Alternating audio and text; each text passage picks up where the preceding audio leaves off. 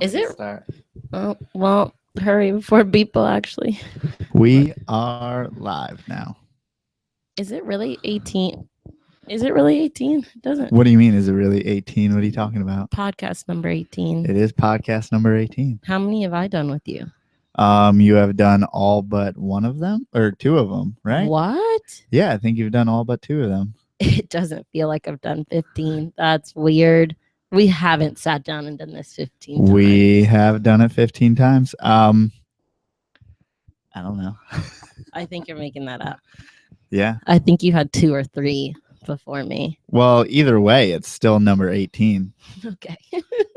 And you're talking into your beer more than you're talking into your microphone. I just raised my beer to my face. What are you talking about? Okay. But I can't hear myself. Yeah, because you're just not up that much, man. Well, it's at my face, so I can't do it. We're gonna change that a little bit. Okay. What's up, Evan? Oh, I'm not gonna say that word, but what's up, Evan? He said, "What up, fuckers?" Okay. So I'll say that word. You'll say that word. Thanks. Okay, so what we're going to be talking about is now my mic's fucking loud as fuck. Real professional. I had this all set up before too, but it sounds fine to me. Yeah. Okay. Got eggs this week. Oh yeah? Yeah. Chicken eggs? Yeah. Got some great chicken eggs. So we had the babies from the male to Annery girl, had a male. She's probably had a bunch of different things, but the main thing. Yeah, so that will be fun. What I did is I took them out. Well, actually, I was at drill the whole weekend, so I was away in Abilene for the whole weekend, and I knew that it was going to be like, it seems like whenever you have a clutch about to hatch, like if you go anywhere or do anything, they're going to be laid when that happens. That's happened to you before? Yeah, I feel like it always like, well, or if you're just hatching a shit ton of, if you're breeding a shit ton of animals in one season, then I mean it's gonna happen. But like, yeah, I mean, or you don't take a vacation or do anything or go anywhere. Is it bad for a clutch to sit like well, we don't know when she laid it, but it was obviously either Saturday or Sunday. Is it bad if a clutch just sits in the tub for a couple days? Or it depends on the species. As far as corn snakes go, it doesn't really matter. And if it's like ball pythons, it probably doesn't matter if it's only a couple days. But as long as it's like, it's obviously going to be a reasonable temperature for them to live at, for the snakes themselves to live at. Right, so it's not something super crazy. But like, okay, not for an extended period of time. If you bred like your carpet, would you have been worried for it sitting for a couple days, for the clutch sitting for a couple days? A couple days, probably not. But I mean, you got to know if you have decent humidity in the room and stuff like that. I mean, they can go pretty. I would say that they could go bad with poor humidity before they did heat, as far as when they're first laid. Okay, but you're controlling that humidity, so you know what it is. Right, to a certain extent. I mean, it's not going to be good. You want your eggs to actually be close to like 100% humidity. Really? So you want so much humidity in the box that it's completely like filled with water vapor, and like you can see condensation, but you don't want it dripping condensation on the eggs. Okay.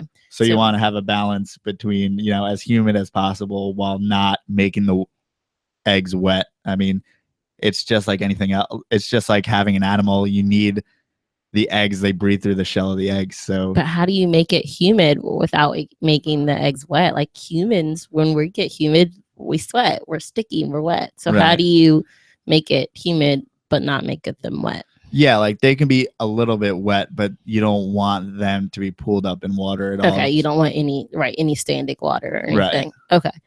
So obviously the tub, if you were to leave them, isn't 100% humid or even anywhere close to 100% humidity.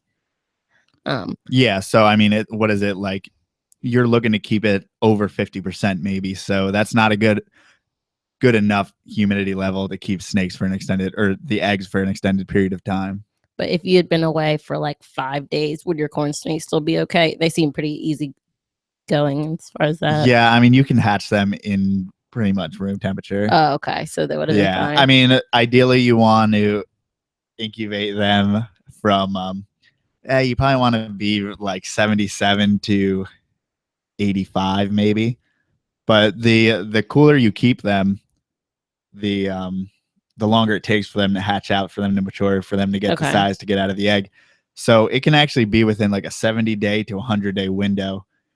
Corn snakes will pretty much just morph to any temperature you put them at. So Really? I would like to stay between probably at the very most. And also, it's been said that they need temperature swings. So unlike python eggs, which you need to keep, usually I stable. used to put 88.5 degrees because people say 88 or 89. So I was like, fuck it, 88.9, 55 days, 0.5. and they're done. Yeah. You said 88.9. 88.5. Either way, though. Uh-huh. But for corn snakes, a natural fluctuation is actually pretty decent for them. The one time I did do it at constant temperature, it fucking, I don't know. I did it a little bit too hot because I was impatient. And I didn't have healthy babies like I wanted to. They were a little bit small.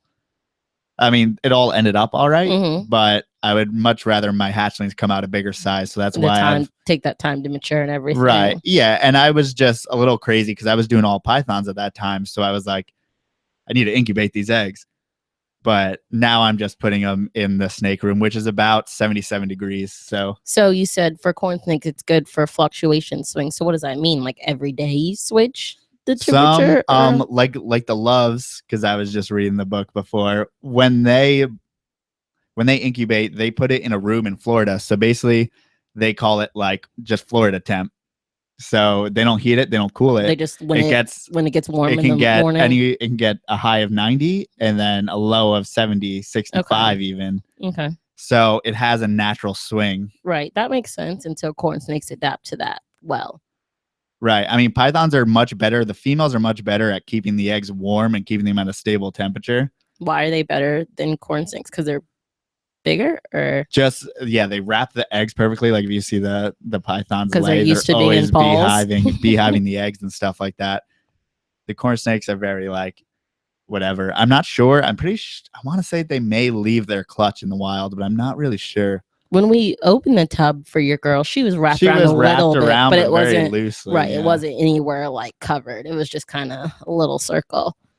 Right. It's just interesting. So if you had left them in there, she would never really coil around it. She would just kind of hang out. She may stay around it, but it might be a just natural evolution of them knowing that they don't need that constant attention. Yeah. And so they can leave them. Like some pythons will go out to bask and then bring the heat back to the eggs or shiver around the eggs to warm them up. So they're much more nurturing mothers. Yeah. But all pythons I guess by virtue of the fact that they need a constant temperature. So yeah, so I mean, people back in the day, you just put them above your refrigerator or whatever. It really isn't a big deal.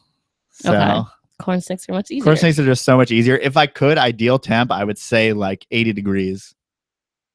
Some people like to keep them cooler. Some people like fluctuating hotter. A little bit. Yeah, off that. It's cool. You just keep it at whatever temperature. Okay, so I haven't seen. What are you doing with yours? So what I'm doing is I wanted to try, because back in the day, people use like Spagna Moss a lot. I don't know what that is. So it's just moss, and basically make it so it's wet but not dripping. So you fill it up with water, you give it a squeeze, let it wring out, and then put it in. And then you put your eggs in, and then a lot of people put that moss on the top of it. Okay, to make a little like dome with them in the middle. Right. I didn't do that this time because I'm using Reptile. I was going to go get perlite and put the water in and everything. That makes life really easy, but I wanted to see if I could keep the Reptile humid enough to and I've seen people, when the Reptile comes, it's in the block and they put water in it, and so it can hold some water, right? Yeah, and actually what I did was kind of pool water in the bottom and soak up some Reptile and then put a dry layer on top. Okay. So the dry layer is like a little bit moist and that water's coming through from the bottom. So I want to see, it's kind of like suspended above water. So hopefully that will work. I just wanted to try it out just for fun. But Evan asked if I ever use Hatchlings. I did use Hatchlings. Honestly, it's 100% perfect for ball python eggs. I had 100% off like the 6 clutches that I used Hatchlings for from ball pythons. 100% every time. Really? Yeah, and I kept that incubating at 88.5 degrees. But and Hatchlings is perlite mixed with water crystals. So it's Water basically crystals. yeah, and also keep in mind that like your air and your environment is going to change the humidity in your incubator in your room Naturally. So right now in Dallas with air conditioner running and stuff like that, like my room may not be that humid. And then at the time when I was incubating, I was keeping my incubator, a bunch of water bottles in there. And then it was in upstate New York. So we weren't heating or cooling usually during this time because this is like ideal temperature. It's probably maybe 70 degrees outside. Right. So New York's much So easier. New York, it kept humidity probably a little bit better than it does here. Yeah. So, I mean, and Hatchite's supposed to be like the perfect amount of water crystals to perlite, which I found true, but maybe that's an environmental factor. Could have been just where you were. Because here, right? Because I don't see, because here I may put more water in my perlite. You might need more. So I wonder, well, Evan, since he's here, I wonder if to see like Hatchlight or what is it? Hatch rights. Like, yeah. Because if it works down here. Right. And I mean, I'm sure I didn't have great luck with it with the corn snake. Actually, I think I may have done perlite that one time when I kept them at constant temperature. I'm not really sure, but also Hatchite, I think I kept it for a little bit too long, resealed it, and I would probably want to do a fresh bag when I did it because I can imagine that the water crystals, I don't know what activates them. I don't know what the fuck a water crystal is. I don't know what they are. Like, that sounds like it's bullshit fucking to magic. Me. Yeah, but Evan said, I've heard of people using a 5-gallon bucket with water and an air stone. What is an air stone? An air stone is like what you use for aquariums, basically to aerate the water. So what that will do is, give it the water a faster evaporation rate. Okay, which I could see that working, especially with like green tree egg. I know people are crazy about the suspension method. So a lot of people with green tree eggs, they'll put like grates with water under it. The eggs are suspended basically over water. I've seen that, right. So it's 100% humidity all the time. But yeah, I mean, corn snake eggs, I just don't think they don't need all that. Yeah. So I mean, you still want to keep them very humid. What did you put yours in? Just like a regular? I just put them in a Tupperware, and then just put a little tiny air hole just to get some air in, but not enough air to drain humidity. And then, and so how often are you going to change out or do anything to that Reptile? I'm just going to check it, make sure. And obviously, if you have a lot of clutches, like don't experiment with what you're doing. Just put in Hatchite or do perlite with water, just the normal stuff. For me, it's like I get to check on it all the time, so I can pour some water in there if I see that it's getting dry, or take some out if I see it's too wet, and just put a dry layer in there. Yeah. So I'm just going. I don't know. I'm just. But how often are you going to change? Do you expect to change it? Never. But then again, it may go at 77 degrees, may go 100 days, so maybe I do have to. I don't know really. And how long? I know you've told me with clutches for these, it depends on various things for how long they're going to hatch. But how long are you expecting these to take to hatch? I'm going to start looking at day 80 and then keeping an eye on them from there. I have day 70 marked. Okay. Just so I can kind of give a point to where this is where the potential is to hatch. But they probably won't hatch because I'm at a lower temperature. Right. Right. Yeah, and like Evan said, just put it in the snake room and keep the room humid. He said, not sure if that works. He hasn't tried it, but for corn snakes, I know for sure that works. Just to keep it humid. Yeah. Obviously, for python eggs, it doesn't work. Because they need more. Because they just need very, very constant heat. But Joe Nova said, are you ever going to change your setup as far as changing the plastic drawers you keep them in, or are you just going to expand? And if so, explain why not. And what are you planning on changing if you do? So is he talking about like changing to more naturalistic? It sounds awesome, but just for the amount of animals that I want to acquire, it doesn't make sense, especially for corn snakes. For corn snakes, I just find that you can create a setup that's like, you could do everything you want to in a tub. And I do keep my corn snakes in bigger tubs than other people do. My mom said nice hairstyle, by the way. I wasn't gonna put that to everyone in the podcast. I read it. Right. But so yeah, so I put them in bigger tubs just because I find that colubrids move around a lot more than pythons. Pythons will pick a corner of the cage and chill there forever. I find that corn snakes, rat snakes, different colubrids are much more hunt oriented. Or if you have pine snakes, they like to dig burrows. They like to, every time I need to change their water all the time because they just move all the reptichip in it because they like to move around everything. So I do like to keep them in bigger enclosures, maybe give them like, sometimes I put in paper towel rolls. Sometimes I just put in, like you've seen, the egg crates. Right. Or I just have hides for them. So I try to kind of do as much as I can with as little as possible. I think if you're planning to keep, under 15 or so snakes, like, and you have the space, I'm under 10 snakes, and you have the space, naturalistic is great. It looks better. You can see them more, they have more to explore. But for you who's trying to make it a business, you're trying to have so many more. I've never heard of anyone who has a business who has naturalistic. Efficiency has to come into play. But also keep in mind, for things like pythons, a lot of them do worse in just a regular, aquarium or naturalistic things, just because it's hard to keep humidity in regular aquariums or displays. Or I mean, I would suggest, if going that route, I would definitely use PVC cages that keep humidity much better. Okay. I mean, I want to do that for the olive python. That's what I'm going to do. But why are you going to do that? Because the olive python may get up to 12 feet. So I just want more room for her. Tub right. is not going to work for that. Yeah. And if I had like something like an indigo snake, indigos in the wild have been seen to go, they've radio tracked them to Orient Society, and they've traveled up to a mile from where they're from, to find mates or to hunt. Yeah, they're just natural hunters. That's why I love the colubrids. You see when they get hungry, or when they're looking for their next meal, they legitimately move around and on hunt. The hunt. Right. Really. Yeah, ball pythons never do that, really. They're always carpets. If you start feeding the other snakes, they'll start moving around, but they're much more active than say a ball python. But right, that makes sense. But I wonder if he's interested in changing his up, and that's why he asked you.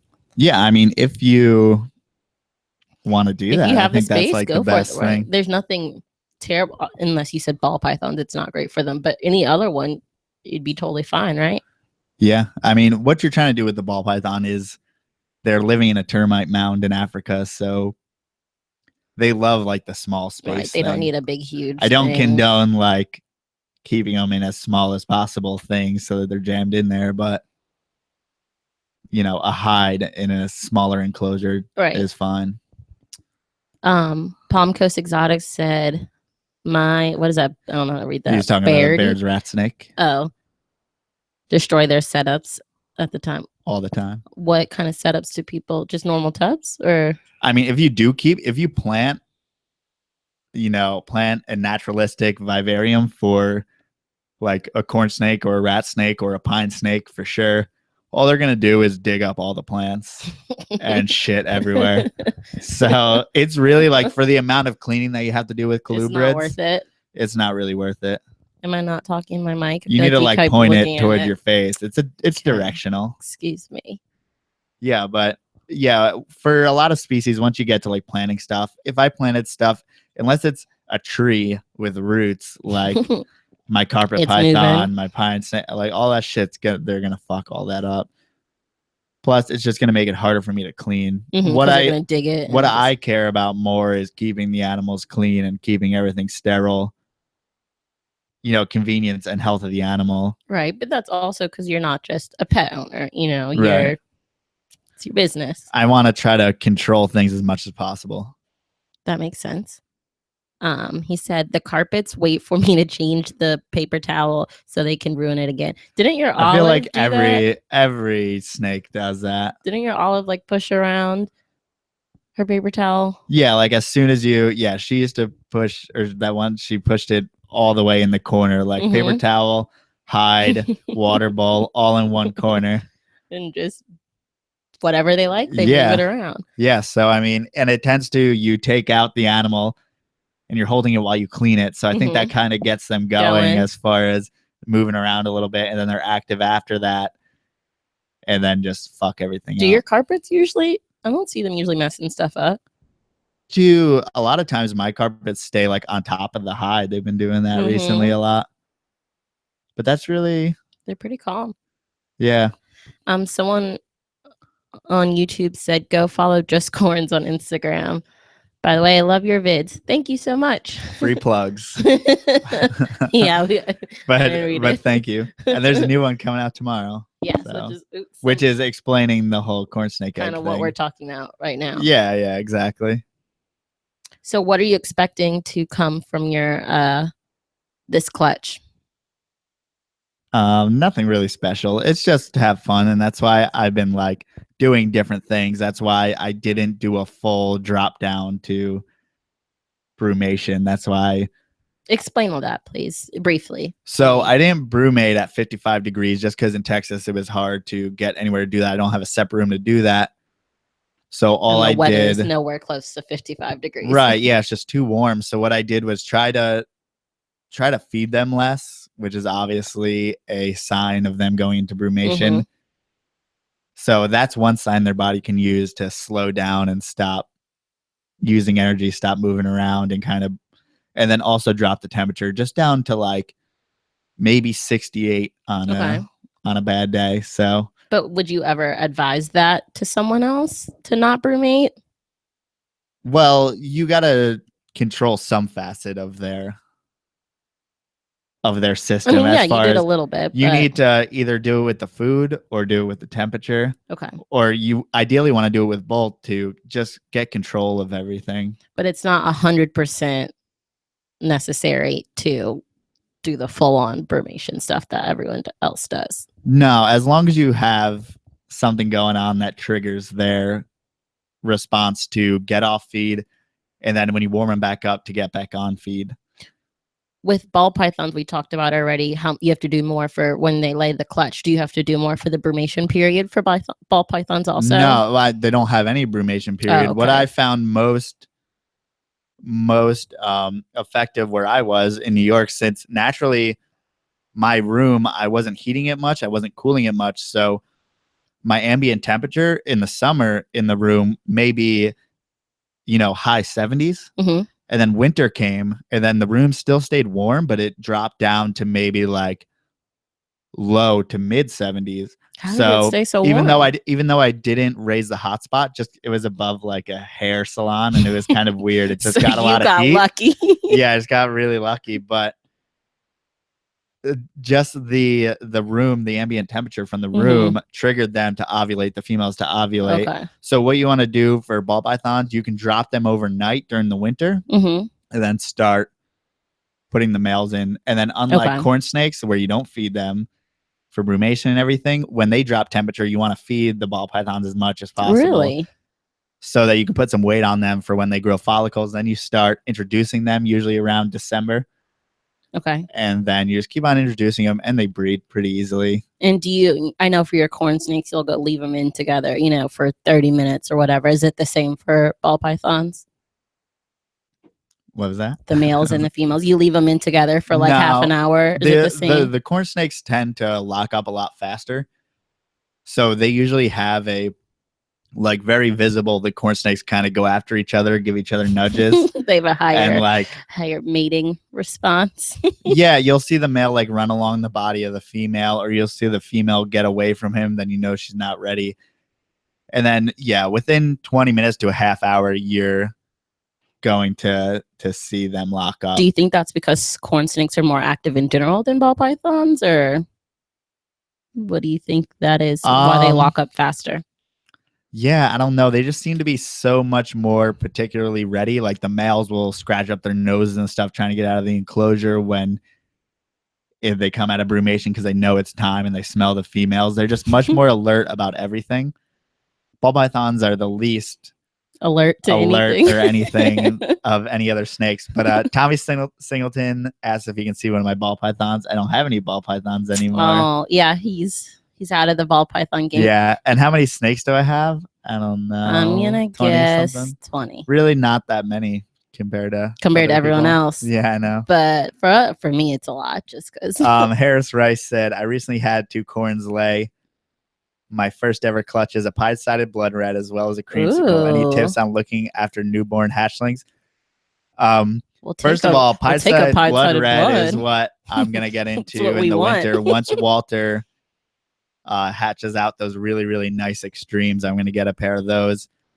But also about the newborn hatchlings, they can be a pain. Definitely, like I said before, what I'm moving towards is incubating at a lower temperature to have bigger hatchlings. And I think that's going to help me out on feeding and just having a healthier snake right out of the egg. But what you're going to do is... The slow game is better for... Slow game is always better in everything, you know, in life and snakes and everything. Just be patient with nothing needs to happen overnight. If you get too caught up in trying to be the first to produce whatever snake doing whatever. Right. But also yours aren't anything special. So you're not trying to pump them out quick or anything. Right. Yeah. But I mean, at the end of the day, it's going to make your life a lot easier if you are patient and do it, because you're going to have some small snakes that you are going to end up feeding, pinky heads or mouse tails. Because they're not going to eat the whole thing. Or it's such a pain. And then, I mean, you're always going to have picky eaters. So if you do have those picky eaters, I mean, if they don't eat within 2 weeks, that's when I start doing, that's when I'll start like scenting either with tuna or with a nulls. Since I live here now, I didn't live in Texas last time I had corn snakes. So I was always in New York. So I wasn't scenting with the nulls. Here I can just go out and catch some lizards to scent, which is going to make life a lot easier. But so if you have lizards, Harris Rice. yeah. So that's always good. Easier. But I mean, for the most part, your animals are going to feed the cracked voice. Puberty, I know, it's a bitch. I mean, for the most part, they're going to feed decently readily right off the bat. But if they don't, then at one point I had to assist feed pinkies. If you holding their mouth open and stuffing it down, you're kind of like going, and then they'll bite on it once you get the nose in there. They'll bite on it, and then you kind of put it halfway, and then once it's halfway, they can't really spit it out because they have recurved teeth. Right? They'll bring it down before they regurgitate. So yeah, don't heat those up too much. When you do, you like hold on to them and you're trying to get them in, and then they explode in your hand, like all the pinky guts and everything. They kind of just explode all over you. So don't, if you have to do that, I don't know. So your mom's texting us, and we can't look at the text. We can't look at text while we're doing this.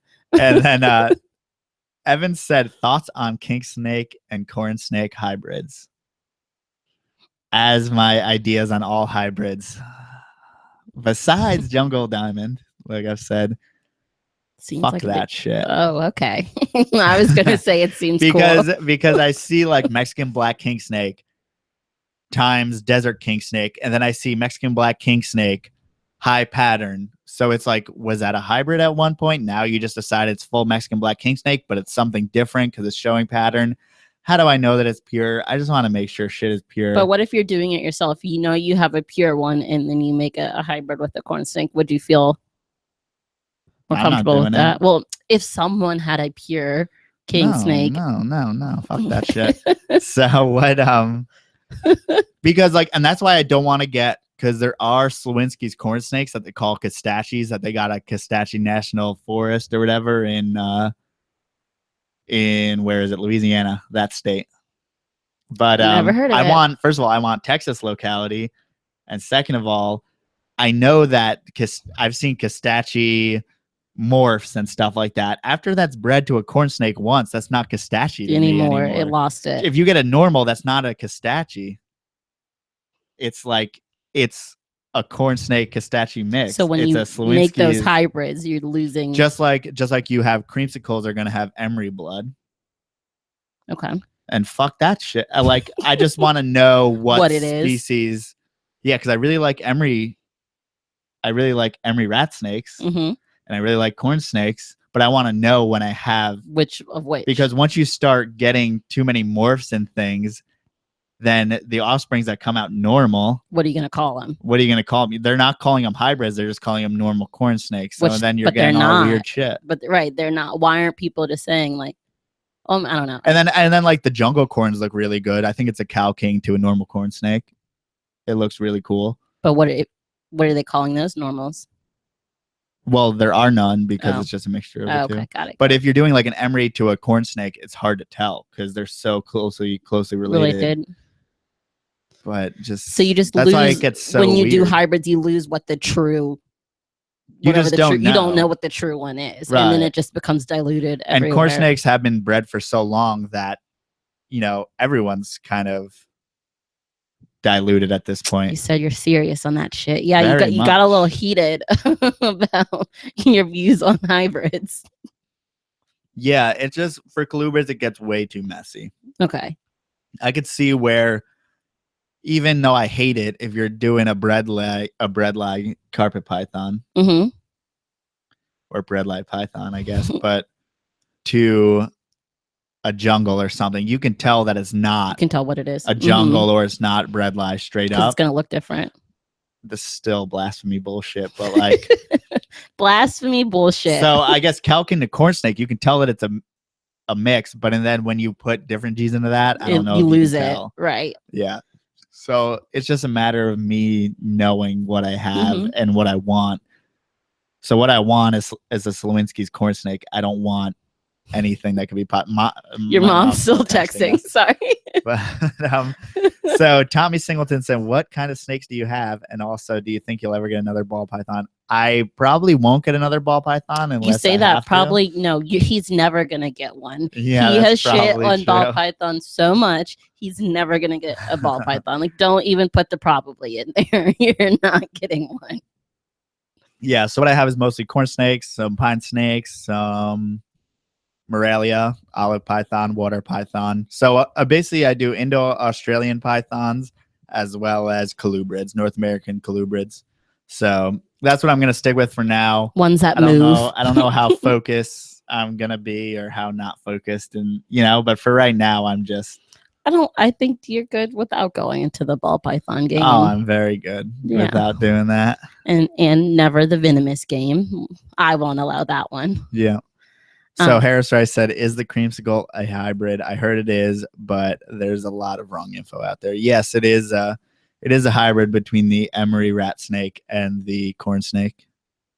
What do those look like? Oh no, I've seen them. I've seen them at shows. And the thing is, you can't tell that that's not a straight up corn snake, and most people don't know, and then they breed it to people something don't else. Advertise it as exactly, anything and then what's the normals from those clutch? They're corn snakes.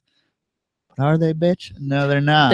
You're right. They were mixed with something that's not a corn snake. They were mixed with something that's not a corn snake. So you can't call it that. But Evan said he wants an indigo, which I do as well. That would be amazing. But I feel bad putting them in like an 8-foot cage when that study came out that they travel for a mile. Right. You would need something big. I feel like you can't. I feel so bad, but they're super docile, big black snakes. I don't think I've seen one in indigo. I mean, if I did get it, I wouldn't want the Texans. Why not? Because it's just a matter of those are not endangered and the Easterns are. So okay. That's the only reason. I want Crebos too. I would love a blacktail Crebo. I don't know what that is either. It's in the same genus as the indigo. Okay, and Evan's talking. They're giant, big colubrids. So. Evan's talking about gaboons too. We've talked about those. Yeah. So the venomous game. Not gonna happen. Tommy Singleton really wants to see one of your snakes. Are you gonna do I've it? only got one on me, but that's not appropriate. Oh my God, you're disgusting. So, fuck. Ew. They're just all the way in the other room. I can get one. I got the there's videos on YouTube and everything with all my snakes. You can get my little snow one. Yeah, but and then I gotta talk while you're gone. I can't do that. Yes, you can talk to Evan. I'll be right back. And then Evan said we can't keep Texas indigos. I'll be right back. Which makes sense. Because you also can't keep like Louisiana pine snakes in Texas. So a lot of those, I believe, I don't know if Texas indigos are protected, but so all the protected species in Texas are obviously, for whatever reason, you need a lot of permit. Well, for an obvious reason, because they don't want you wild collecting a snake. They're not going to know whether it's captive born or not. They should definitely do, as far as like some type of paperwork system in order to tell if a snake is captive born or not, because you should be able to keep a captive born indigo in Texas as long as there's 100% proof that they're captive born. But I digress on that. There you go. There's a snake. Tell me what it is. This is a snow tessera right here. That's pretty much it, man. I don't know if you Nothing like a cloudy desktop video. It's not the best. It doesn't show up the best on the computer, but you wanted a snake? Okay. Yeah, so Evan said even with the Easterns, we need to have permits here. I know that if I was to keep it in New York, I would need a permit to ship it in. I wouldn't need a permit to keep it. I don't know if that's the same thing here in Texas. But yeah, either way, I think I don't want to jump through those hoops to go after those. But I mean, I do love all those snakes as far as Crebos and Indigos and stuff like that. I like any giant colubrid. I mean, I want to get more into bull snakes. This guy just posted a picture of this giant bull snake. It was like a 7-foot bull snake with like a thick as this beer can. And it was super cool. Like those New Jersey localities, the Northern Pines and stuff up there are pretty sweet. They're pretty big. They're like solid black and white. And all colubrid shit everywhere. Yeah, definitely I've heard the Crebos are pretty extra bad. I mean, my pines are terrible with that, as well as they ruin their water bowl. They ruin everything immediately. When I just got that snow out, I literally had to hold my nose because it smelled so looked like bad. He was about to shit on you. It was very bad. But there also is a new shed in there, so that's cool. Oh, it's shed? Mm-hmm. So that's why it's shit. A shit in a shed. Do corn snakes shed more than like ball They pythons? grow faster than many other snakes, so as a generality, I would say that they shed more, but it just depends how much you feed them. Oh, okay. So an old snake doesn't shed much. Tony. A young snake will shed more just because it's growing. So in addition, old snakes shit less. I wouldn't say. I mean, I feed old snakes. You said a shed and a shit. Yeah, but they don't need to shed to shit. But you acted like they were connected. But they pretty much always shit when they shed. But they sometimes shit without a shed. Right.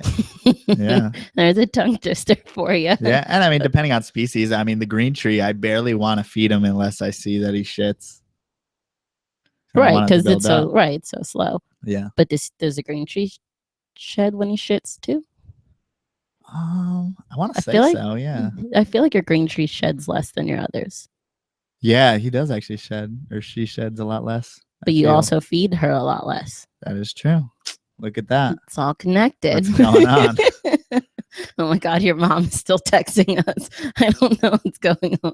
Maybe she's not watching. Oh, who knows? I don't know. Okay. You should have gotten my phone while you were going to get the snake. I didn't want to be away too long. You acted like you couldn't talk on here without me. I barely can. You were having a great conversation with Evan. Yeah, that's true. As long as Evan's here, I guess I could Evan talk. Keeps asking me questions and keeps you going. But yeah, I would love to have indigos, all that stuff. And then I wanted black pines, and then when I was about to get them, I realized I was going to move, and then that's when I first wanted them, it was before they weren't able to be passed through state lines. Now it's just, unfortunately, there's no reason for you to breed a bunch of snakes that are going to have a limited market. Are there a bunch of different pines? I can't move. Yeah. I didn't realize how many different pines there were. Yeah. Oh. And a lot of them, because the pine forests are under such, are so fragmented, a lot of them are endangered or protected. So are the Louisiana ones endangered? Yes. Oh.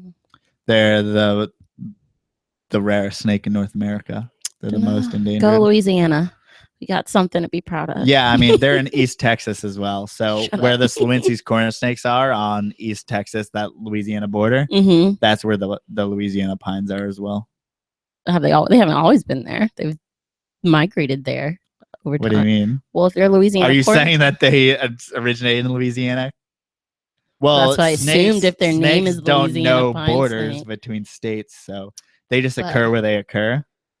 It's just that's where the habitat is. Got it. for both those snakes. Well, I'm just gonna say they all were in Louisiana at one I'm point. sure they were all more widespread, but then like Dallas happened and all this stupid that shit. pushed them out. Yeah. Well, yeah, Louisiana isn't as inhabited as parts. Yeah, you could fucking say that. Shut up. Yeah. Especially that border area. There's a lot of nothing out there. But same with Yeah. like West Texas. There's a lot of nothing out there. So you don't know what you're going to find out there. Yeah. We're talking East Texas. Okay. That's the thing. I mean, East Texas still borders on that, humidity, pine forest type of habitat. And then it turns into a much more arid desert like, which is going to be your West Texas. Right. So that's why that East Texas, West Louisiana border is kind of important for a few species Before it changes. before it changes over. Very interesting. Yeah. So that's where we're thinking about going to go doing some herping there, right? Yeah. Evan said hitting Sanderson, June. Where's Sanderson? That's in West Texas. Oh, Evan, is that where you're going to find? Oh, yeah. I didn't read out his alternatives. Yeah, I saw that. Yeah. He's on the Alterna hunt. Like that know. is all he can think about. And you're on the Swinsky hunt. Yeah, which is the opposite side. But I don't know. I should probably. I don't know what I want to do. What do you mean? Because I want to go find some, just so I can have them. Yeah. Well, Harris Rice asked. Did you already answer that question? How often do you feed your corn snakes? If they're babies and if they're say like het palmettos, I'll feed them every 4 to 5 days. If regular babies or just females, I'm slow growing, it will be every 7 days.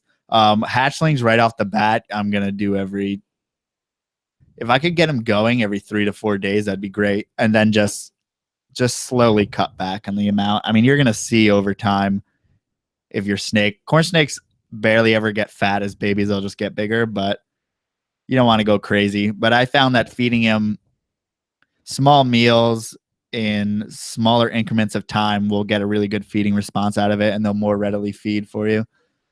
So, and those corn snake babies that you've like let say an egg longer and mature, do they come out eating full pinkies? They don't come out as hungry because they absorbed all the yolk, but well, once you start feeding them, are you able to feed them full pinkies? Yeah, I mean, the small pinkies. Okay, but not just like the heads or whatever. They're able to eat the whole thing. Right. Okay, got it. Yeah, and then I mean, there'll be some that strike it right off the bat. There's some that you just leave it in there and close the tub and come back and see if they've eaten it. Right. So it's all individual. Got to figure out what they're. Yeah, there's generalities to it, but once the situation arises, you can always ask someone and figure it out. Someone who's done it before. That's why they're asking you. Yeah. But yeah, there's just so many situations that can come up when you're breeding snakes that it's hard to be like prepared for everything. Because it also depends on your room and what you're keeping it and how all that, So there's environmental factors, and then there's also just like weird genetic factors, and then weird,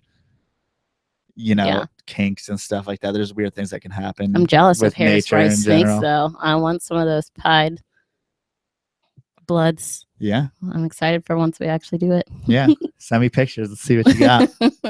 Are they selling any? Well, you already have a plan from who you want to buy from, but yeah, it's very interesting. And so that's your next project, right? Like direct next one is the bloods, or you have something in between that?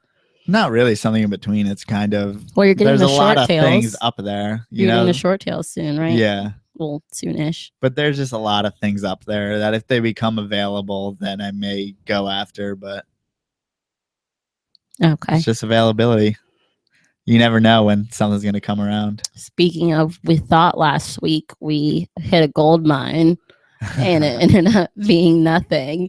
Someone found something in their backyard and they described it as a No, they didn't find something in their backyard. Oh, I thought that's what it was. It was just a guy who had a snake saying it was like red with speckles all over. It may be a corn snake, it may be a gopher. The guy didn't know what he's talking about. He's like a corn snake or a gopher, but it's in that family. But when we heard with sense. red specks, we immediately thought palmetto. Right. And he was only selling it for $100. He wanted $100. It ended up being an albino bull snake. So, but we got excited for a little bit. Yeah, yeah. I thought I was either getting something different or an albino. We thought we had hit it big. Yeah. Wait, Evan said what was it? You just answered, but I missed. What was it? A bull snake? Yeah, it was an albino bull snake.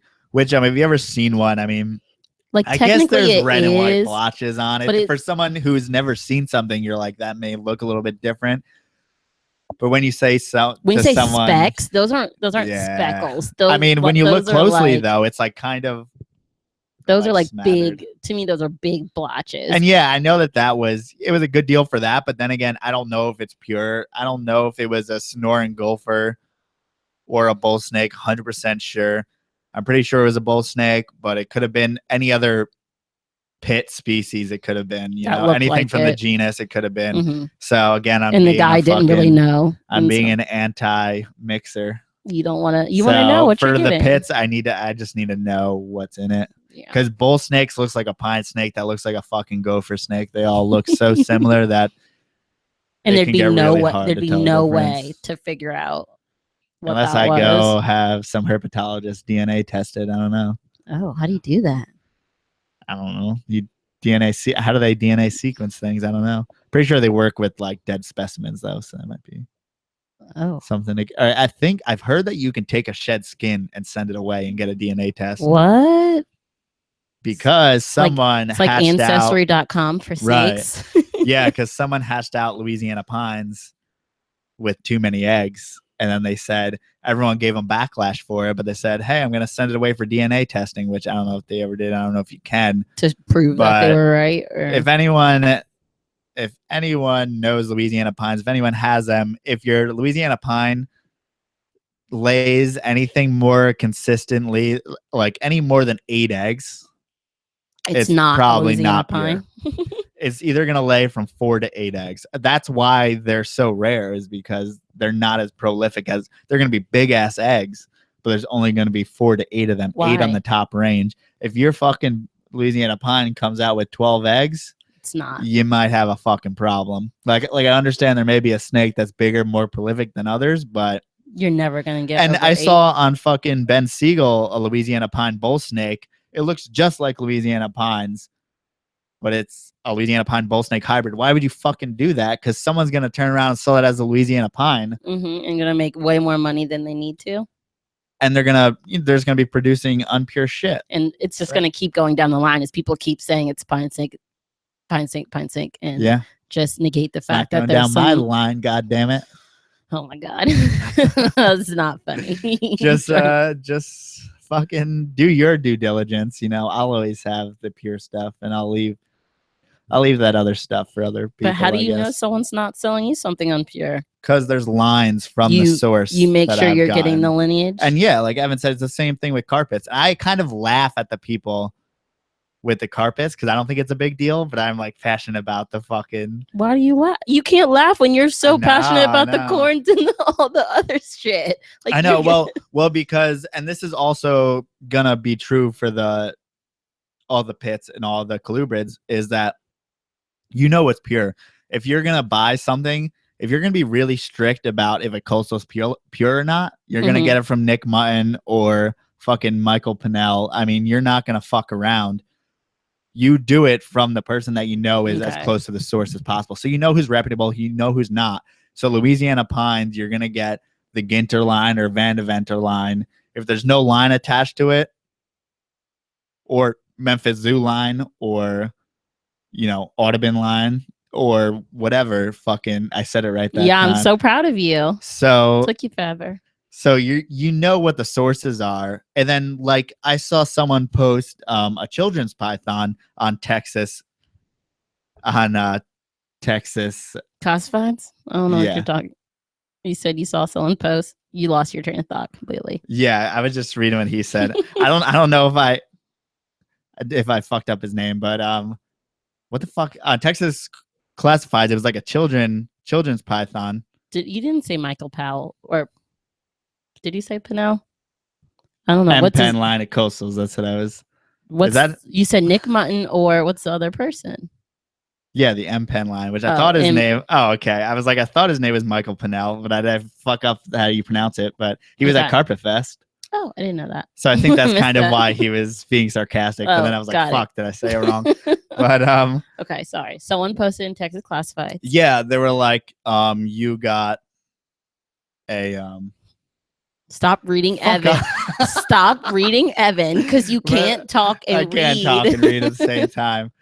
Someone posted a children's python and they said it's from Peter Birch line of children's pythons. Peter Birch is a breeder in Australia. When we got children's pythons, it came over in someone's fucking Suitcase sock or from pants. fucking Australia probably 40 years ago. So They're how is not he fucking having one Peter now? Birch line Right. fucking children's pythons. Whatever, people just fucking try to market their shit, like people who Put a aren't big in name it. on They it. just put a fucking name on it, like, here's my fucking whatever. And then so that's why I don't trust when people are like, this is my Louisiana pine. Did someone call that guy out What? in the Texas classifieds with the children? No, I was going to, but it's not worth it. It's a pure children's python. There's just no such thing as the Peter Birch line. It's in not fucking right. the It's United not coming States. from him. There's So no way I'll you have got a it good from laugh him. about it. I won't call him out, but it's whatever. Like, but that's why you just can't trust everything that's posted. The people who are going to be serious about having quality animals are always going to be the more serious people who are going to breed anyway. You know, those people are just, they're not going to be like, oh, here's my Peter Birch babies. The person who buys that probably isn't even going to breed. And if they do, it's just children's pythons. And that's all cool. So the people who are going to be serious about jungles being pure, they know where to get those, or they know where not to get them. They're going to look at lineage. They're going to see undocumented, documented, whatever. So the people who are going to care about that are going to buy those. The people who don't are going to buy whatever. But the people who care are always going to be informed that you know where we get the good ones. So that's why I don't think it's a problem, because if someone's trying to front and having fucking Louisiana pines, and I know if they're not Louisiana pines, you're not going to get it. I guess that's fine. But that's fine, because I'm not going to. Because the people who don't know aren't going to, most likely aren't going to do anything with them. They're just going to keep them as a pet. And well, they may, but they're not going to have the people that I know that are serious, that are very responsible, aren't going to buy from them. So. Right. So it doesn't, you can market it wrong all you want. The good people aren't going to buy it from you. Yeah. Your market's going to be smaller. And then your market are going to be people that don't come back and buy from you all the time. I bet you, since you're in a small circle, the people who are serious about it are going to trade with the other people that are serious about it. So like, all the babies are going to be gone before you even put them to market. So that's funny. And I could count on like fucking 2 fingers who has good Louisiana pines. Not how the expression goes. Not even a hand. That's not the expression, but okay. Even a fucking hand. Why did only 2 people have good Louisiana pines? Why is it so small? Only a certain amount of people cared from the beginning. It just wasn't a popular thing. And then even the popular lines that are out there are still, some people question. So if they're pure. Yeah. So like Vandy Venter line from Terry Vandy Venter. Also, he has a line of jungles, which kind of ewy looking, just because it's very old school. What word was that? Came ewy looking. Okay. They're not the best looking jungles, but probably just because no one's line bred them as well. But I mean, they said that back in the day he mixed his Louisiana pines, but no one knows for sure. But John Ginter, 100%, I believe those are 100% pure. And then the Memphis Zoo, of course, those are pure. So, yeah, I know a few people. You just know where to trust them from. And everyone else's, it's kind of sketchy. But not kind of sketchy, but you know, you do you're your not due diligence sure on shit. Right. I'd be interested to know more about this DNA ancestry.com for snakes thing. Yeah, I mean, I'm sure you'd have to like send it to like Cornell herpetology or some bullshit. It wouldn't be anything that's reasonable. Like expensive? Yeah. Think? Oh, really? Oh, and Evan, you can like talk now. Yeah. No, it's good. You just need to not read. You need to wait to read till you're done talking. But then the one time you read, you didn't even read that, right?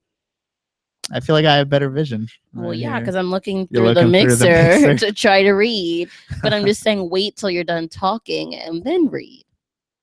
Yeah. Speaking of, Harris Rice on YouTube said, my local pet shop wants to buy hatchlings from me, but I know he doesn't look after his animals. It's awkward. I always buy from him knowing I'm saving the animal. Oh, that's a kind of awkward my situation. Opinion is he said he's scared of you, Evan. I'm guessing he said, well, I'm scared, but no, he's scared of fucking you up.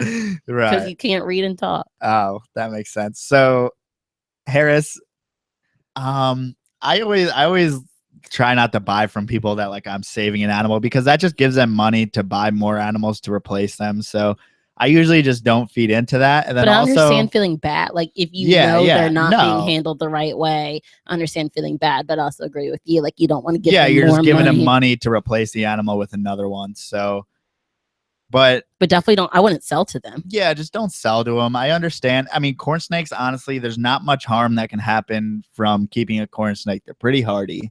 Okay. But like, you know, when you see a ball python and it's got like 10 layers of fucking shed on it, you can tell it looks like a real rock. Hibernating. Yeah, it's fucking under some bark.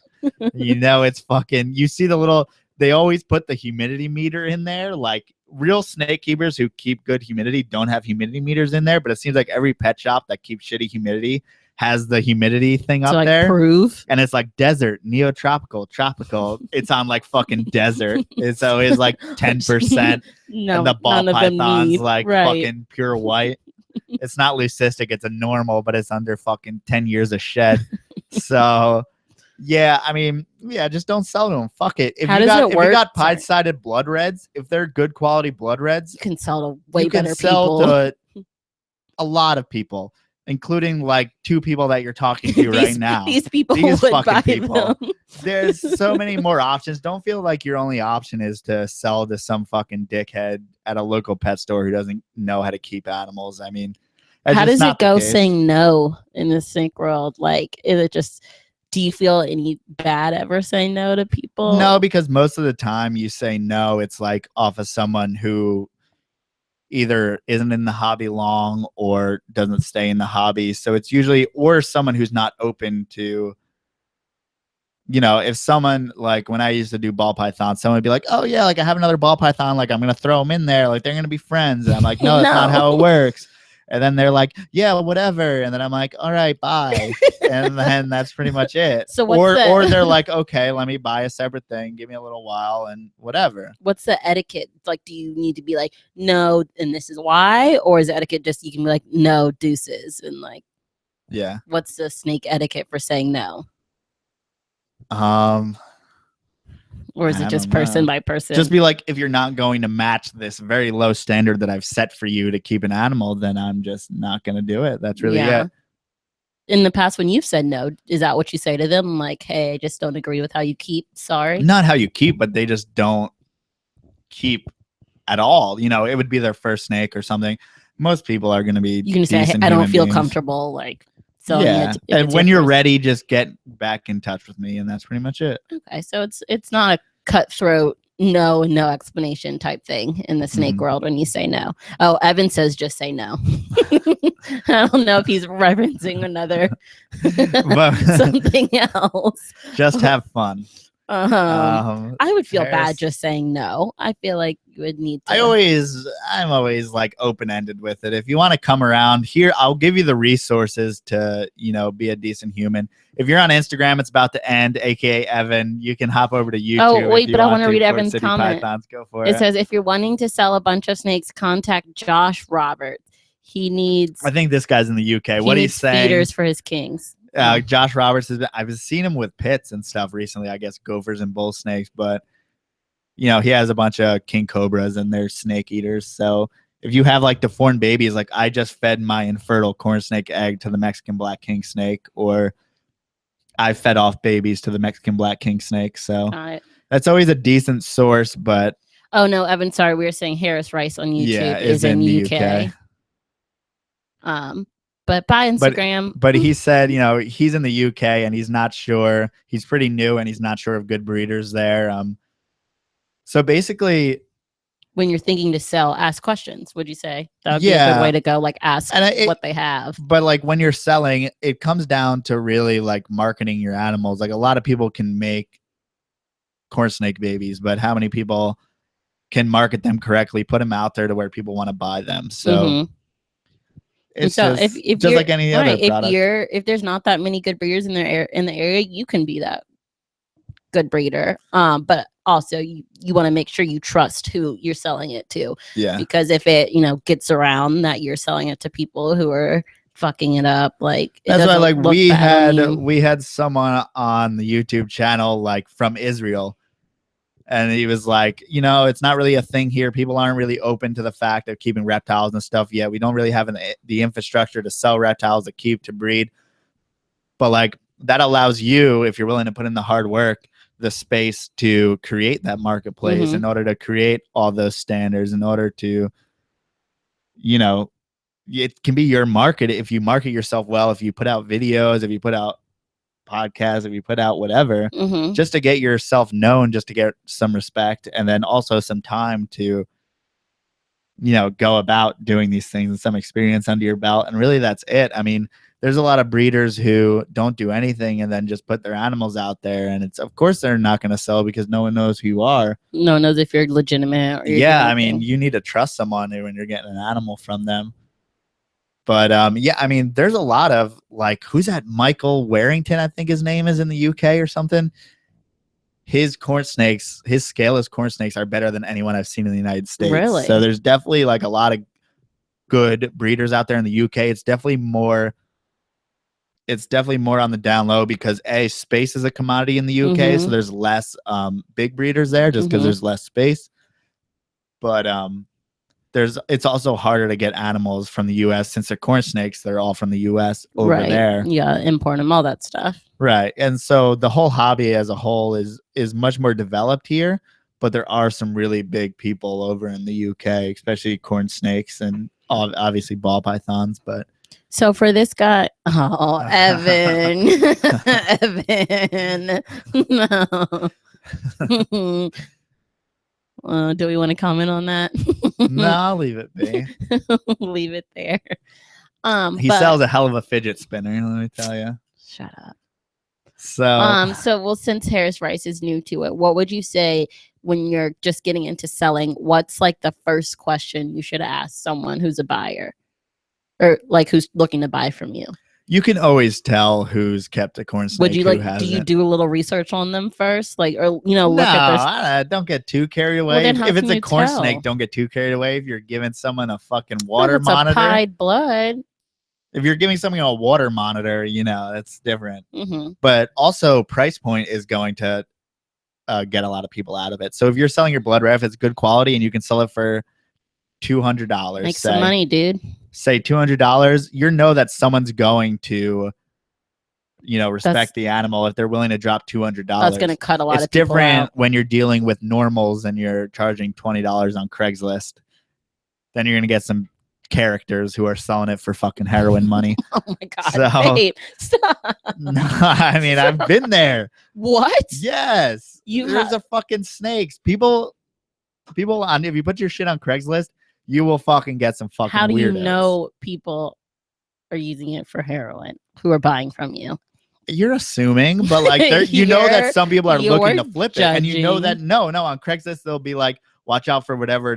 They're drug addicts who flip animals, especially in Oswego. There's fucking a bunch of fucking weirdos, dude. I had no idea that's like a thing. People will flip anything, man. Snakes, and people flip heroin. Dogs all the time and stuff. Not for heroin specifically, but for anything, just to live out there because they don't have jobs. They need some heroin. I don't know, man. Oh my God. Okay. There's just a lot of different fucking things. But yeah, I mean, you're gonna know if you're selling high quality animals. You're mostly gonna know people, or you can see their Facebook, and then you see like owner of whatever, and you can see that they keep a bunch of animals. If you have a person who's a first time, all you can do is try to educate them. Just try to be, this is how you keep it. This is what you got to do. Like, are you ready to fucking this responsibility? Are you ready for it? Can you handle it? Yeah, like it's really the easiest thing ever. If you can't take care of a corn snake, then I don't know. Then you can't take care of any anything. Snake. Yeah. But yeah, Evan's right. Sometimes you can find an awesome Craigslist find, but I've 0 times bought things on Craigslist. I've always been like, it seems sketchy to me. That seems good, but it's never panned out for me just because I feel like something about it. I don't know. But also, you don't know where you're getting stuff. You obviously want to make sure your shit's healthy and all stuff like that. Right. So I've never bought something off Craigslist, although I've looked off Craigslist a bunch of times, and I've sold off Craigslist. Okay. Meeting at the ShopRite parking lot, sketchy shit. Wow. Well, we Yeah. met at Top Golf parking lot for someone. For the other so snakes. Yeah, and those are it's- more expensive than the it's Craigslist snakes. Not that sketchy. Yeah. I wonder what part of UK he lives, because you were saying there is people in the UK, but he Right. may live in a part where there's not a whole lot of people around. He might not be close to the guy you brought up earlier. Yeah, but I mean, it's the UK. It's not very big.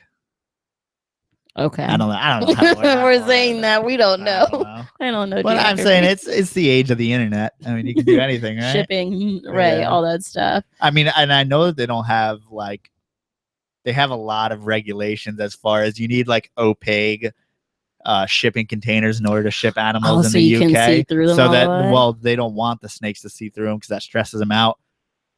At all the reptile shows, you need an enclosure with a water source in there with them while you're displaying them for sale. Why? For So like there's a the few 2 hours things. it's sitting there? Yeah. Why do you have to have a water bowl? I don't know. That's just a weird UK thing. I mean, I guess it's not bad. Like, it doesn't hurt the snake, obviously. So yeah, but like, imagine you just have to have so much more shit. Yeah, you have to have just more room and a little bit more stuff. Because think about the enclosures at shows. Sometimes, people don't understand that snakes can go, an extended period of time without water. People put snakes in deli cups at shows. Like how you can have a water bowl in a deli, within the deli cup. Also, I mean, there's some problems with that, right? We saw a fucking iguana in a shoebox. Like a full-grown spiny tail. I was wrong. Like he's fucking crumped, and for 2 days. Yeah. A 2-day show. Like, fuck off with that. Get a decent display for that iguana. If you're gonna be selling lizards, be a fucking decent human. But that's different though than putting a water source in it. For snakes, they're meant to be in a circle. Right. That's okay. Makes That's sense. decent. But I if can't you're imagine putting a spiny tail iguana, having him fucking in this. But I can't imagine having water bowls in that. I'd be interested to see. I wonder if there's any videos or stuff of like what London shows look like, because it must be crazy. Oh, Evan, god damn it. And then I know in Australia they have like best in show and stuff like that. So like best animal at the show. Oh, you like win awards? Cool. Yeah, that's cute. They should do that in the US. Yeah, but I mean, there'd be too many people putting their fucking trying to bring the craziest their shit. candy cane bubble gum ball python. It would just be a fucking competition between some ball python that looks like a fucking lollipop and another one that looks like a fucking rainbow. Yeah. That's funny. Harris said, I can't imagine being a large breeder anytime. Oh, he's only 17. So my mom doesn't really want a ton of reptiles in the house. Got it. Well, hey, that's awesome. You're on a good start. You're 17 and you got a pine blood, and he got a good deal on it. Did you read that earlier one? He said he bought it from the pet shop guy, and the guy didn't really know like how good of a thing he had. So he I mean, at this point, people like there's some wholesalers that just breed corns and whatever they get, they wholesale no matter what. But yeah. So Harris, cool. You're off to a good start right now. Just build on, just slowly keep back your best blood red. I mean, that's something that can be line bred that people really like. Meaning, like I can buy a blood red for $50, or I can buy a blood red for $200. I would buy that blood red for $200 because it looks a lot better. There's a big difference between expensive ones and inexpensive ones. And then, not all blood reds are the same. That's something that can be line bred better and better each year. So I definitely start now, keep back the best ones. By the time you're fucking on your own in your own place, like you can have a little thing going. You can have sick blood reds. I mean, if you're just producing every 2 years, you're growing things out, getting better and better, then yeah. It's awesome. Yeah. He's starting at 17 with a good little thing. Yeah. But I'd do it up. Main thing, don't sell back to the pet shop guy.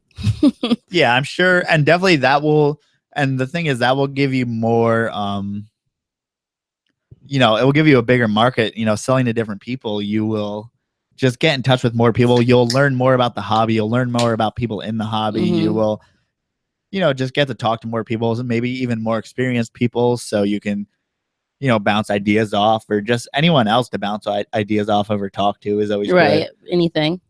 But what's up, Scott? Scott's here from Australia. I hate that again. He's towards the end though. We're already over an hour into it. I hate that he just he just came to it.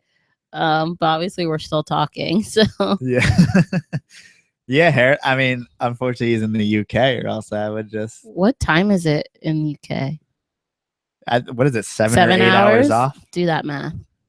Hey, how can I produce a palmetto corn snake? You can buy a palmetto corn snake, or you can. We're buy trying to hats. do that. And then in Australia, it's probably even You earlier. said you just woke up. So is it like 6 a.m. in Australia? So I don't know. I thought it was like 12 hours almost. So 6 a.m. Maybe that's off the East Coast time, but we don't know. Yeah. But I basically think we don't know. So for him, does that mean it's midnight 12? or it's wait. Yeah, 12:11. 12:11. Sorry, Yeah. you know military time. Why did it's 9 a.m. in Australia, man? Oh, but no, this other guy's in the USA. Sorry, we're talking about other we're people. just confusing everyone now. But can't people on YouTube see everyone else's? Can't they see what everyone else is saying? You can see each other, right? Yeah, I think they can. But sorry. Okay, answer the palmetto guy. Okay, so you can produce palmettos by buying palmettos. How much how much is a baby palmetto? If you're in the US, if you're getting hets, you may be able to find a pair for a little bit over $1,000 of het palmettos. Gotta have some money. And then if you have visual palmettos, you may be looking well over like $2,000 for each of them. Okay, well, maybe that's why he wants to produce them, because he doesn't have $2,000 to buy some. So yeah, so I mean, honestly, if you're not that deep into corn snakes, if you wait 3 years, they'll probably be at a reasonable level. I mean, they'll probably be $700, $800. I wouldn't be surprised. But he could buy some hets and then just I mean, you can buy some hets probably in the next few years for a few $100s, maybe $400, $500, and make palmettos in your own time. Evan says 2,000 for corn. Yeah, but that's because palmettos are gorgeous. It's different, Evan. Man. Palmettos it's a different game. That's what's bringing the corn snake back. Scaleless are they're $800. And palmettos are at $2,000. I mean, it's a new game. Well, it's because what else looks like a palmetto? That's the thing. You can't pull anything else that looks like it. Fucking corn snake still has belly scales, which is exactly why the ball python scaleless sucks dick, because it doesn't have belly scales. It's a useless fucking penis. It's a penis that eats rats. It can't even move correctly. It's fucking disgusting. But the corn snake has all its belly scales, so it moves around perfectly. It has protection when they're moving on the bottom. And you can get a green tree python that turns green for fucking $10K when it's supposed to turn fucking blue, but the motherfucker just turns green because you don't know. But man, you just got a little heated. Corn snakes are the shit. You just got a little heated for no reason. So I didn't realize that scaleless ball pythons they don't have and they get warts and they're fucking little weird penises. Okay, so corn snakes scaleless are the way to go. You wouldn't recommend another. And they're corn snakes, so they won't die. and they'll move around. They're exactly what you want in a scaleless corn snake. If you're gonna have a scaleless snake, you want belly scales because to protect it from whatever they're moving on. And the scoots on the bottom is what allows them to move correctly. Otherwise, if you've seen the scaleless move, you put them on like a tiled surface, all they do, like the ball python, all they do is move back and forth. Like they can't, because they have no traction. Because they have no traction. Well, why the fuck would you want that? Also. Yeah, so they're just getting cut potentially, yeah. So who would want that? Does it even look cool? Well, you say it looks like a penis. No, it looks cool. It looks like a weird penis, and yes, it is a bar check morph. Wait, it is? Yeah. Oh fuck. The first one, I think it got a bad rap because the first ones he produced, he probably had some heating, something fucked up at the incubator, but one of them had a smaller jaw, and the other one had a bunch of fucking warts on it and some weird shit. And then some other people hatched them out and they came out normal. So they're saying that may have just been a weird thing the first time. But everyone's gonna blame it on Brian. No, everyone's gonna blame it on Brian. Here's what he did wrong though, man. Brian sold them before he first of all, he didn't post the second one that had the shortened jaw. Second of all, he wasn't posting it when it got the fucking warts and shit. And then people saw it at the show and were like, wait a second, this thing has genital warts. This penis has genital warts. Why would he bring it to the show with warts? It's just a little abnormal. I don't know, man. I feel like you would see that. I feel like you would know that that's not. But like that's because he wasn't really showing many pictures and people weren't very happy about it. So that's why it went from being a $25,000 for a scaleless head to $2,000 fucking immediately because they weren't surviving. And now people are breeding totally scaleless and they've been fine. As far as I know, they figured something out via the fucking magic fucking money pile that's ball pythons. Everything's perfect. Fucking marketing bullshit because you're just breeding snakes to get money. So that's why, yeah, my scaleless fucking is healthy. Give me fucking $25,000. And then you get it, and it's bullshit. That's why the fucking money's bullshit, dude. That's why snakes where when money's involved with anything, there's just a bunch of fucking crooks. You lose value, definitely. You're gonna because you want people who are in it, or you're gonna get people who are in it for the just money for the money, yeah. And that tends to. How long ago did he breed those scaleless ball pythons? That was probably like 4 or 5 years ago now. Oh, okay. So but I mean, you gotta wait time to prove out a project, man, before you start selling. Right. Them. But I mean, I think he was getting out of investment ball pythons anyway. He was more into making, videos and stuff. So I think he was losing interest in that area anyway. So I guess he just like bred them, sold them, and trying to be done with them. Trying to get him off his back. Maybe. I just can't believe. It sounds nice to make fucking $300,000 on him immediately. Yeah, but you got to check them out, man.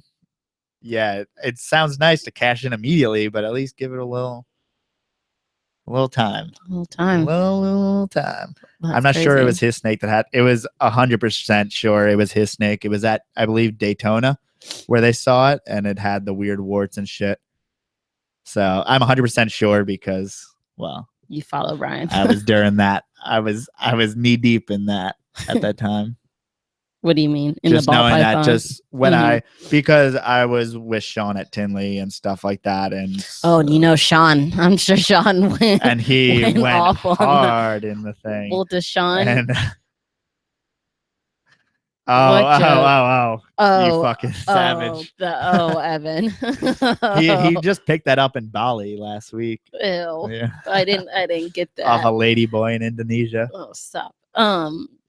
Is there something Sean doesn't go hard on, or is Sean ever not fighting with someone? No, it's always a thing. What's with the gumdrop emojis looking? I think that's just how it looks on YouTube. Yeah. I don't know. Do people know who Sean is? Is Sean a widely known? Yeah, but I don't want to get into that drama. I don't know if everyone knows him. I don't want to play into it. It's all just like ball python stuff. I didn't hear his name at Carpet Fest. That's why. Well, no, because that's just a totally different realm. I mean, everyone from Morelia stays well out of ball python, especially all the drama and shit like that. No one needs. Is there more ball python drama than any other? There's just more people. Right. Yeah. Sean who? He doesn't know. What's Sean's last name? Sean Bradley. Crazy. He's fighting someone. From there's Sean Bradley from, Bullshit. Bullshit. Yeah. It's a good podcast. So just the more people, the more drama there's going to be. Yeah, exactly. Which makes sense. And then there's more people after money. So of course there's going to be more drama. Right. Because there's money involved and people like money and people fight over money and especially weird ball python people.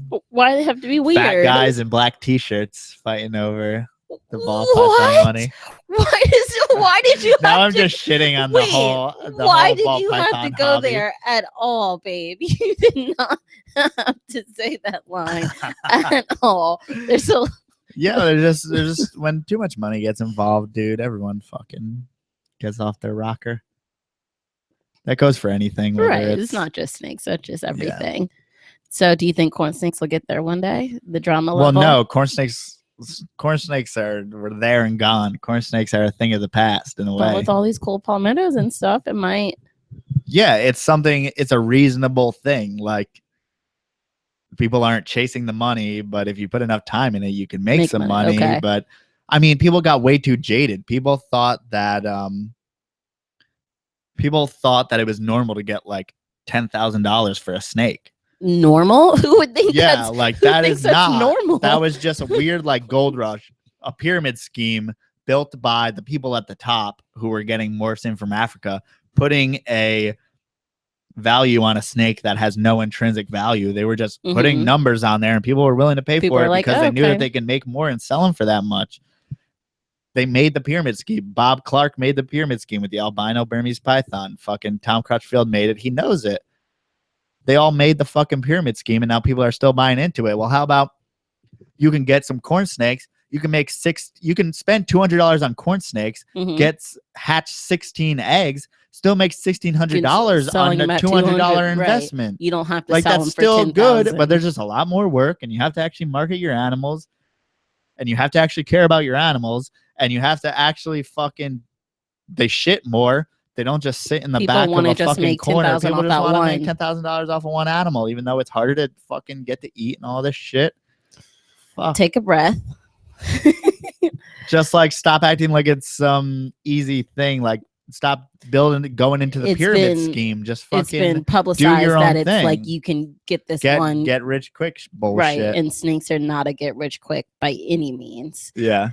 Harris asked how my God. Barcheck is viewed in the reptile community. It really depends. Like, I don't think Palmetto I don't think he's done anything terrible. I think he's just doing his own thing. He wants to do video and stuff. More than that, I wish he didn't do some things that go a little bit too far. Mm-hmm. Yeah. So, like, I agree with Palmetto Coast. It depends on who you ask. Yeah. Because I think he has everyone from like 8 to right. 18. So maybe. I think with anything you do, even snake, no matter what, there's going to be opportunity cost. That's right. It. So he's growing. I think he's growing the snake community. I think he definitely has had a direct effect on bringing in new people, and that's his opportunity. But he also has a cost. Yeah. The cost is losing some of those hardcore breeders. He has managed to lose the actual snake people and gain non-snake people, which is nice, but the own community doesn't support him. So it's kind of weird. And there's also, I'm sure, a bit of jealousy in there as well. But like, I don't make snakes bite me on camera and fucking, it's just, but it's both. There's both. He's brought in new people, but he's lost respect from and then people. He said, what about Royal Constrictor Design, which is Garrett DeMeyer? He's a great guy. He's a ball python guy, but I mean, he's built up his collection over years. He's really smart. He doesn't do the wrong thing at all. He's like squeaky clean as can be, like him and Justin Kabelka, squeaky clean as can be as far as ball pythons go. So he's a super cool guy. Like Garrick, he's the opposite of like Brian. He doesn't put himself out there that much. That's what he does a little bit, but he's like, if you met him in person, he's a really soft-spoken guy and he does the right thing, and keeps really good quality animals. So for him, like, absolutely, if you ever have, he's more to the animals than educating the public. Yeah, I mean, no, he does that too, but like, he doesn't have to. The thing is, in order to get attention on YouTube, sometimes you have to go over the line, gimmicky, to get people to. And yeah, so yeah, Evan said he just does dumb shit with animals, causes a ton of just to sell on. All right, I'm not going to read the rest over that, but I've seen a lot of that I also seen the ball python community, or in snakes in general, people like send nudes for ball python. They're like, just shitty shit. Just fucking stop with that fucking bullshit. Just stick to the snakes. It's just way too grimy out there. And then also, yeah, I mean, Palmetto Coast Exotic says how he keeps his gators, retakes, and burns is a joke. Yeah, man, he puts it in a kiddie pool, and like, have you ever seen a gator? Like, they're half land, half water. There's nothing set up for the gator. Gators love like murky water so they can hide and shit like that. And it's just completely normal hose water. Yeah, and fucking, and there's fine. Yeah, but there's nothing for him to. The thing is, that's why we always say, like, is it worth what's surviving / thriving? Right, he's surviving, but he's not, surviving. And then also the retics always have stuck shed on them and stuff like that. Obviously, the humidity is a problem. And then, yeah, I disagree with all that stuff, but I mean, I don't want to say whatever. But wait, I love the thing is that I talked about the ponytail today. Sorry, he brought up the ponytail in the video today. I said Brian should cut his ponytail and donate it to Locks of them Love. All is the fucking ponytail. I completely agree. I hate that fucking ponytail. I hate that ponytail. And he was saying he puts fidget spinners on the alligator snips.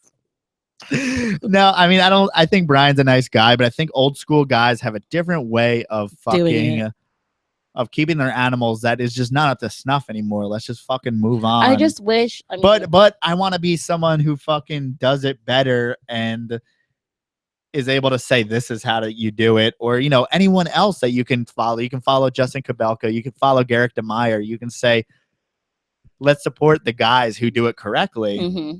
So vote by buying their animals or watching their YouTube videos instead. But I just don't want. I don't being someone who hasn't been in it for a while. Who hasn't known. I think Brian has done a lot for my education about snakes, and so I don't. Absolutely, yeah. I don't. Despite his shortcomings and despite the shit he does, I don't want people to discount his ability to bring people in. Now, I also haven't watched Justin Kabaka's videos. I don't know. So Brian is the biggest one. I don't have someone. The only other person I've watched is Brian Cusco, who does the right thing. But the thing is, he doesn't have I like Brian the following because he doesn't do all that I've watched Brian Cusco and I've watched Dave Kaufman, which is totally different than Brian's. Very different. But I think Dave Kaufman does some when of the you do the right thing, you don't get as many views. Dave Kaufman is going to kill himself one day. Sorry, that's not what I meant. That's not I meant get himself killed. I didn't mean kill himself. I mean get himself killed because of the crazy shit he does, wearing shorts out in the middle of just he does cool stuff and he has great vlogs, but he doesn't get the things because his thing isn't gimmicky. He's bitten by a 20-foot python, eaten alive. He doesn't do that stuff. And that's why it's kind of shitty that you can't get popular because you're doing the right thing. We feel like, I mean, obviously we're not anywhere near Dave Kaufman or Brian Cusco, but we feel like watching some people, they're super gimmicky and have way more subscribers than you do. Right. And so it's just also, I feel like I try to, even though we've gone more there than we have in the past, I try to stay away from shitting on people. Which we're doing right now. If I just shit on people the whole time, I would get much more attention. Mm-hmm. Yeah, but I don't want to. You don't want to do that either. Right. I don't want to have to negate something in order to get myself somewhere. I don't want to have to put bad. I just want it to be all good. But it seems like those aren't the biggest people. Yeah, but and then Evan said he has potential to reach and teach, but he doesn't. Fuck, I miss Steve Irwin. But then again, if Steve Irwin was along today, we'd shit on him too. Because he's crazy or was crazy. Yeah, because he free-handled venomous. So it's like you're gonna get. It's just maybe we just have much higher standards now. But I guess the thing about Steve Irwin is it's weird because Brian's genuine too. Brian loves the animals. I don't doubt that. But it felt like Steve Irwin, there was something about him. It's like no matter how crazy he was with it, he felt that. Oh, that, it was 1,000% that love because we would shit on him for a different reason than Brian. Do you agree? Yeah. We would because Steve Irwin did crazy shit, but I don't think he would ever go gimmicky. I don't think Steve Irwin would put fidget spinners or try to put their bearded dragon. He would go out in the wild and find the animal and then fucking pet it and sleep with it. Do his thing, It's he was awesome, but okay. So me and Evan talked about the person mentioned by I hope I pronounced it. Is his name Georgie?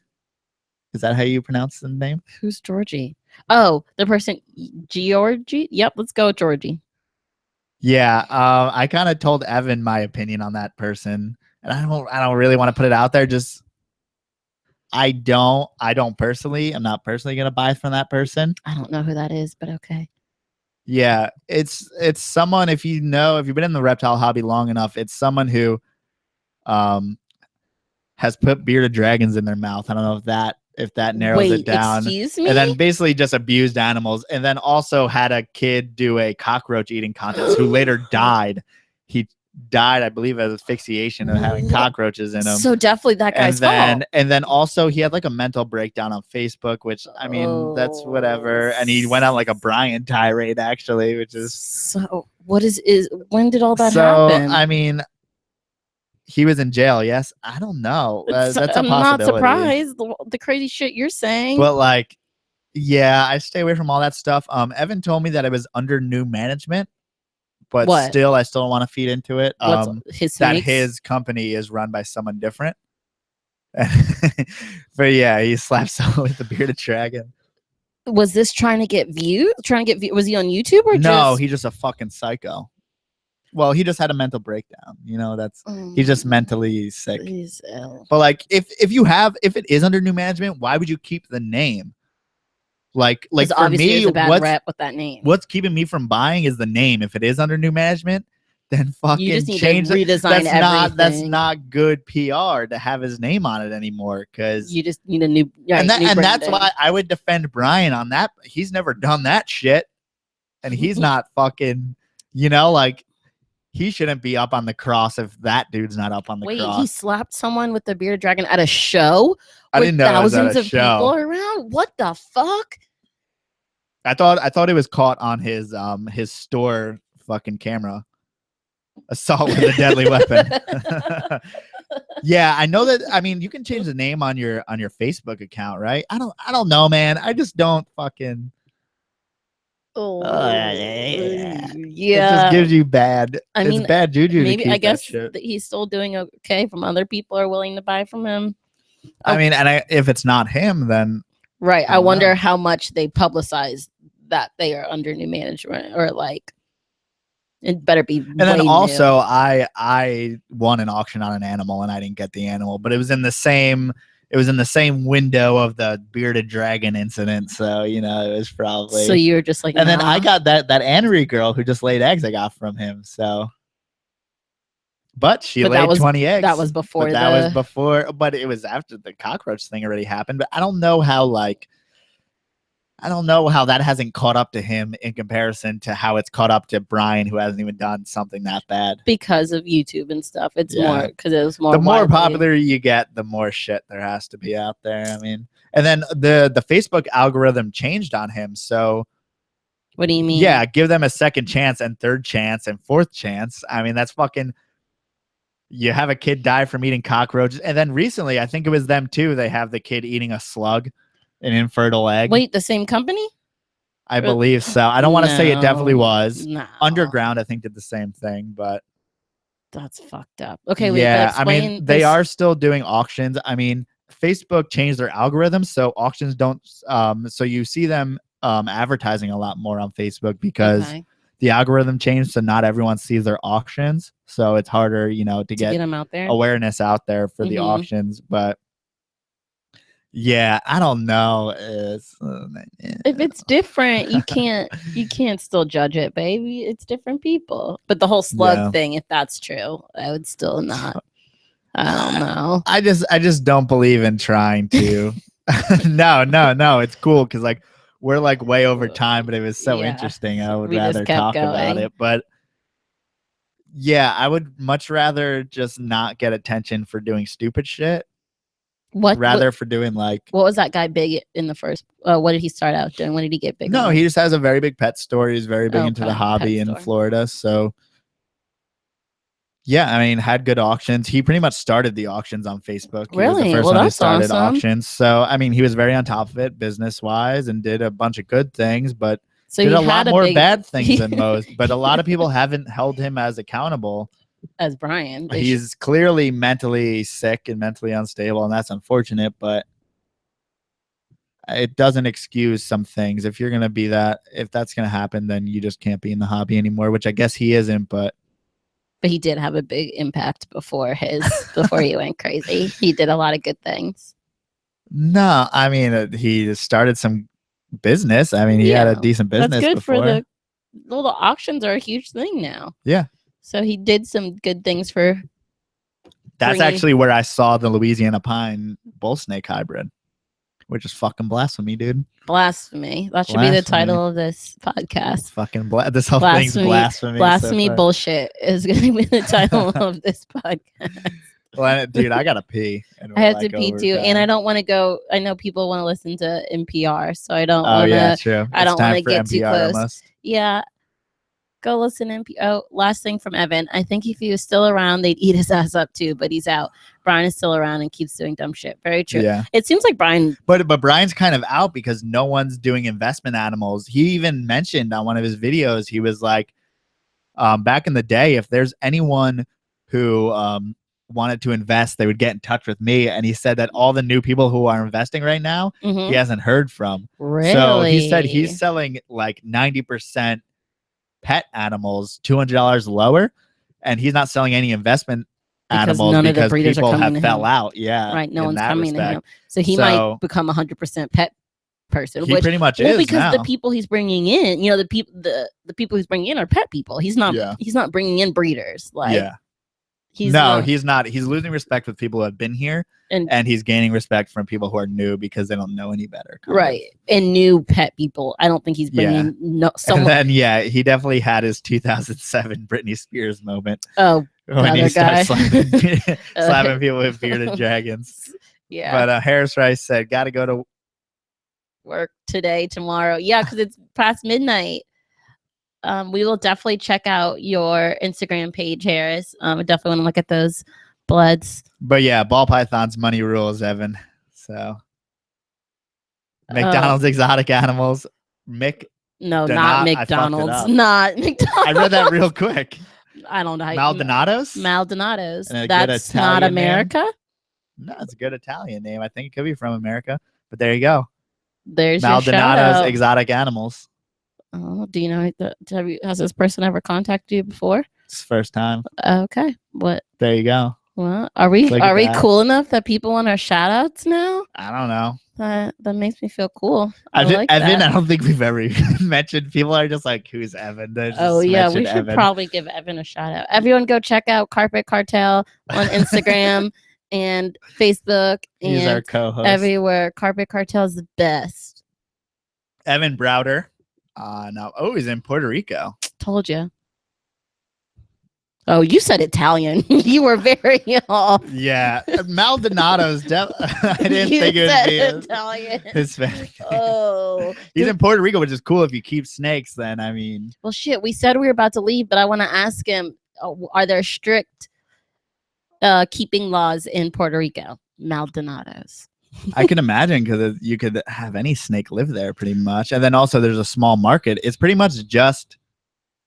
He breeds Sambos, which is super cool. I didn't know that you can get Sambos out there. I didn't expect that in Puerto Rico. And what I would think is that there's only people in like San Juan who keep snakes, as far as like that's the only big city. That's the only big city you know. No, but in Puerto Rico in general. Might be considered. We don't know shit about Puerto Rico. That's true. There might be more. But I'm saying it's a small market. But still, the fact that there's even Sambo is that they've gotten me. there. Have they been? How do you think they got there?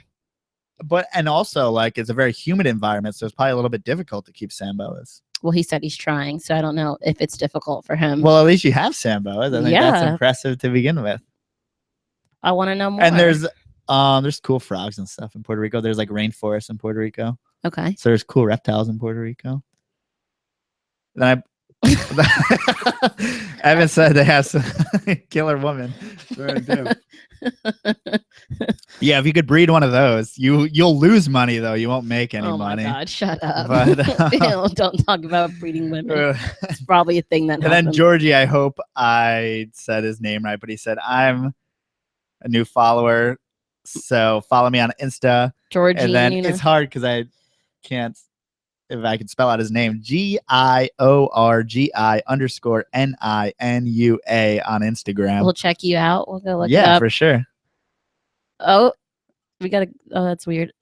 Someone's commenting, but it's on like my phone. I don't know. And then Evan said, I'll be divorced tomorrow if I don't shut up.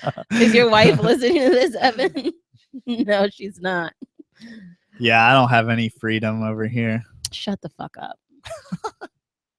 Shut the fuck. What do you know about Puerto Rican women? Nothing, motherfucker. Oh, so I mean, it is a U.S. territory, but I didn't. But he said, yeah. So is there open shipping between the continental U.S. and Are you talking about the women? No, Evan's talking about his woman, his woman, shit, his wife listening. He's talking about his wife listening. Not his women are not property. Cokie. I don't know what that means. I'm sure there's. What is cokie?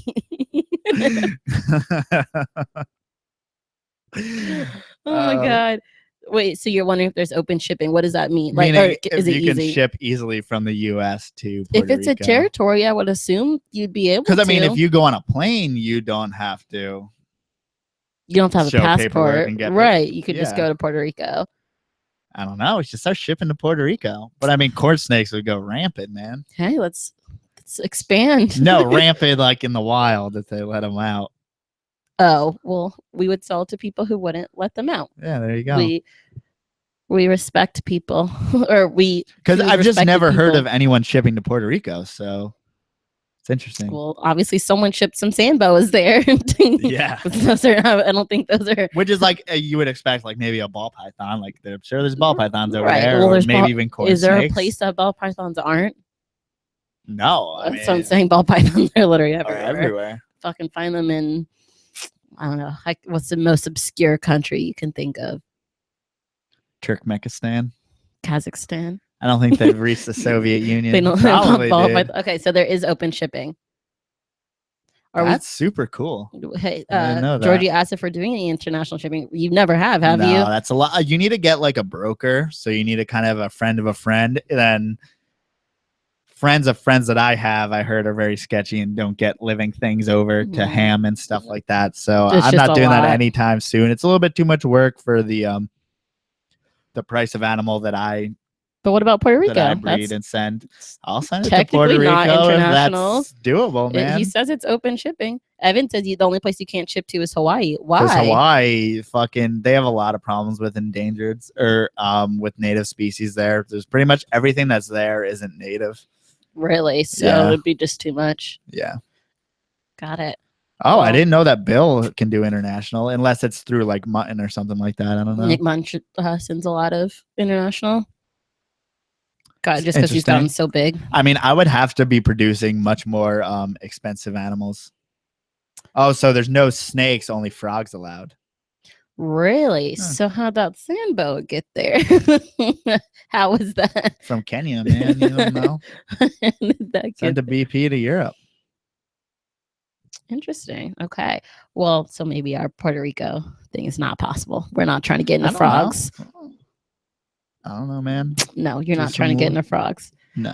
Well, I wonder what the most popular snakes are over there because we know nothing about it. You want to so. talk while I pee? Like I really. I mean, I'm about to feel pee on like myself, so I think we just need to end it. Okay, we're doing that. We went like 45 minutes over time. Yeah, people just We'll ask questions. yeah. Next week, Well, Tuesday, live at 5 again. Our Puerto right? Rican guy.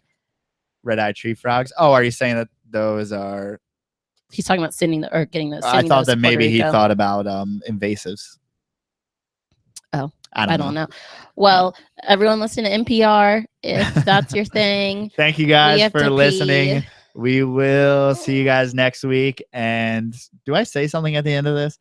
iTunes, Stitcher, YouTube, Facebook, Port City Pythons, Port City Pythons, Port City Pythons. If you say it 3 times. Oh, wait, but people keep commenting. Oh, no. In my country, in Georgia, we are opening. Wait, George. I thought he's in the USA. Oh, he's just talking to the guy in Puerto Rico. Hmm. Maybe in Georgia, we're opening new zoo and new terrarium. Maybe you can make a project. Huh. Yeah. Message us, Georgie. He's Yeah. in Georgia. And That's funny. Georgie in Georgia. Sorry. It's Good not funny, one. but- all right, see you guys later. Thanks for Bye-bye. listening. Okay.